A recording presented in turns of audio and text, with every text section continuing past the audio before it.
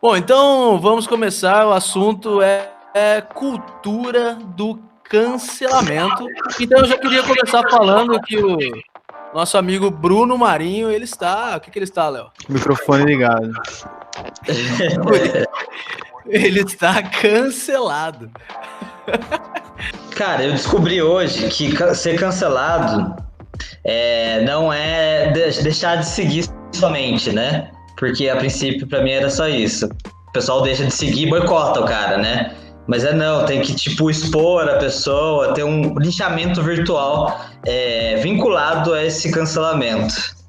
Então é tipo uma coisa da Idade Média, assim, meio medieval, quando a pessoa era excomungada da igreja e ainda os caras atiravam ovos e vegetais podres nela. Eu acho que é uma boa analogia, cara. E mas é uma coisa bem punitivista, né? Se for ver que a vida toda gira em torno da rede social, cara, se você for banido disso, você tá morto. Cara, eu tava tentando traçar uma linha cronológica na minha cabeça com relação à cultura do cancelamento. Aonde surgiu, como desenvolveu, eu não estudei nada para poder falar isso é apenas a minha opinião e o que eu imagino que seja, ou seja, só achismo. Mas eu tenho ideia de que naquela época que começou o lance do Me Too no Oscar, que foi uma parada extremamente importante, né, com relação ao assédio às atrizes e às mulheres que trabalhavam em Hollywood e tal. E daí começou o boicote aos diretores, tem aquele Harvey Weinstein lá, que era produtor, depois teve o Kevin Spacey, que rodou, entre outros aí que rodaram, que foi algo bem maneiro. Mas aí eu já acho que eles começaram a se perder um pouco. Um pouco depois disso, já começou basicamente a pessoa, ela era acusada e ela já se torna culpada perante a sociedade. Condenada. Já é condenada, exatamente. Sendo que na internet e na sociedade a gente não tem algo justo que é igual é um processo jurídico. Que a pessoa vai ser analisada, vai ser estudado para ver se ela realmente cometeu, e daí sim, a partir daí, para saber se ela foi realmente culpada ou não. Ninguém é culpado até que se prove, né? E o ônus da prova é de quem acusa, pelo menos pro tribunal. Mas na internet, sim. Não. Na internet, é o contrário. É o contrário, você é acusado e você tem que provar que você não fez. Mas existe alguns casos de inversão do ônus da prova, né? No caso dos crimes, né? Se eu não me engano, no caso de violência contra a mulher, eu não tenho certeza, eu posso estar falando besteira, mas eu acho que existe a inversão do ônus da prova. Justamente para facilitar as denúncias, porque em muitos dos casos, né? Historicamente, essas mulheres eram desacreditadas, descreditadas pelas próprias pessoas que deveriam acolhê-las, né? Total. Então, acho que por isso. Sim, é difícil explicar. Talvez eu possa ser cancelado por isso que eu tô falando. Mas assim... Não, eu entendo... Não, você tem... Assim, eu entendo o que você quer dizer. A pessoa não tem a chance de defesa, né? Porque é um comportamento de manada da rede social. Assim, quando a gente se refere a coisas que nós concordamos, por exemplo, ao combate antirracismo e antissexismo, beleza. Mas e no caso, por exemplo, do líder de torcida da Gaviões da Fiel, que foi demitido do trabalho por ter participado das manifestações pró-democracia? Também é um ato de cancelamento, não é? Claro, o cara foi demitido do emprego, sem a menor chance de defesa. E quando você é cancelado por ser da esquerda, quando você é cancelado por se posicionar contra o governo, então a gente tem esses outros casos também, né? Total, então, aqui no nosso episódio anterior a gente falou sobre o lance da gente se posicionar politicamente e às vezes isso acabar atrapalhando a gente, né?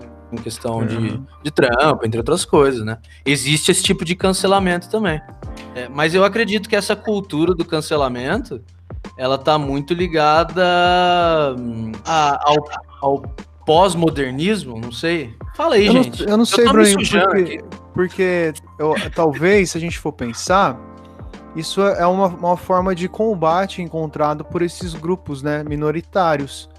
Porque ao não encontrar respaldo do Estado na defesa de suas pautas, eles se mobilizam dessas formas. A gente pode voltar historicamente, por exemplo, na luta pelos movimentos civis, pelos direitos civis, né? A desobediência civil foi uma forma de lutar. O cancelamento foi uma outra forma encontrada por eles de fazer com que as suas pautas sejam ouvidas. Talvez Então, se isso não incomodasse, sabe? Uhum. Tipo, se não atrapalhasse a carreira de ninguém, se não fosse incômodo, foda-se. Lembra quando os caras tentaram cancelar aquela mina que se vestiu de Índia junto com a Sônia Guajajara? Isso, Bruninho. Isso. Alessandra Negrini. Então, eu acho que a gente pode então delimitar o campo, assim, existe um campo legítimo de atuação do cancelamento e existe uma galera jovem aí querendo lacrar a todo custo. Isso, era isso que eu queria falar. Mas é porque, assim, eu acho que a cultura, quando se fala cultura do cancelamento, você tá mais ligado a essa coisa desconexa que, na realidade, pra mim, só diverge mais a esquerda, ou os próprios movimentos que são importantes, do que fortalece. Porque eles cancelam membros do próprio grupo por discordarem deles, ou por terem atitudes que pessoas são humanas. Pessoas fazem coisas erradas. Porque nem, por exemplo, eu já vi menino... Não. Mas assim, por exemplo, sei lá, eu já vi menina falar que odeia o Gregório do Vivier, porque ele traía a Clarice. Mas, mano, você fala, beleza, você é a pura santa que nunca traiu ninguém, que nunca... Pô, pelo amor de Deus, o que tem a ver a vida pessoal do cara com o que... E você vai deslegitimar tudo que a pessoa faz, tudo que a pessoa cria ou produz, porque ela teve uma atitude merda na vida pessoal dela, tá ligado? Isso daí acaba, eu acho que, deteriorando a esquerda. E pra mim é um dos motivos de que a extrema-direita é tão forte hoje em dia, porque eles são unidos e aqui um fica cancelando o outro por causa de bosta nenhuma, e daí vira essa bagunça aí que ninguém sabe mais nada. E o cancelamento tem poucos resultados práticos, né? Quantas vezes a Anitta já não foi cancelada, né? Tipo... Mas aí que tá, eles escolhem muito bem quem eles querem e quem eles não querem cancelar. A Beyoncé, por exemplo, a empresa dela tá conectada com o trabalho escravo, isso já foi provado.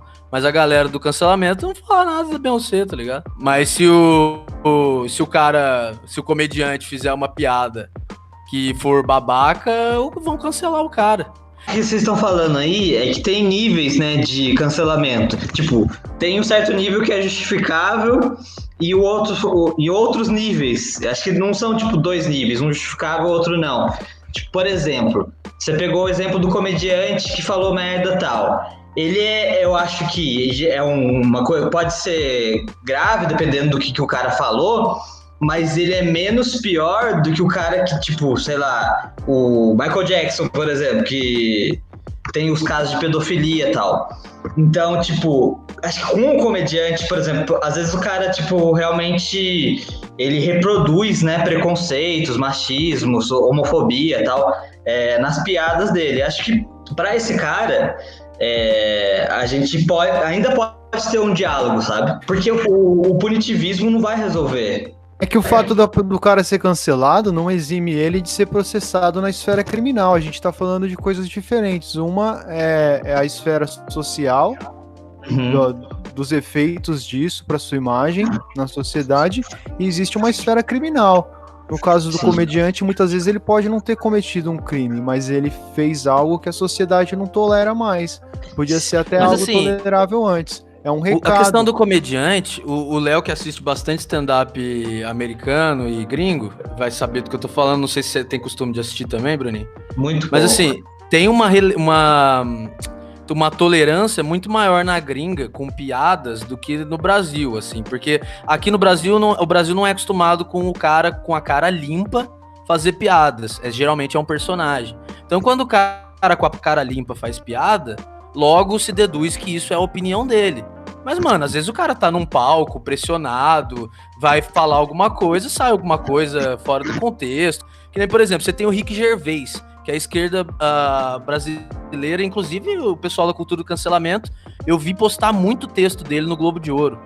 Mas se a galera visse, e porque ele é vegano também e tal, ele é um cara que ele é ativista, mas se a galera visse o stand-up dele, mano, o stand-up dele é humor negro, assim, pesadíssimo, que não passa com a galera aqui, a galera ia odiar ele. Então, sei lá, tá ligado? Às vezes eu acho que tem que saber dividir as coisas. Eu acho que o maniqueísmo não leva a gente a nada, as coisas são bem mais cinzas do que a gente imagina. Eu não, é de complicado julgar a luta do outro. Quando a gente fala de adolescente tentando lacrar, tudo bem, cara. Eu também acho um saco. Mas, meu, é a forma que os caras têm de lutar. Os caras têm pouca representatividade e espaço na política tradicional, nas empresas, poucos postos de poder. Como é que vão fazer? Como é que eles encontraram? Essa mobilização via internet. Acaba, né, tendo alguns efeitos colaterais? Tem, mas quantas baixas colaterais, né? Quantas mortes colaterais não tem por conta, né, desse racismo estrutural e desse machismo estrutural?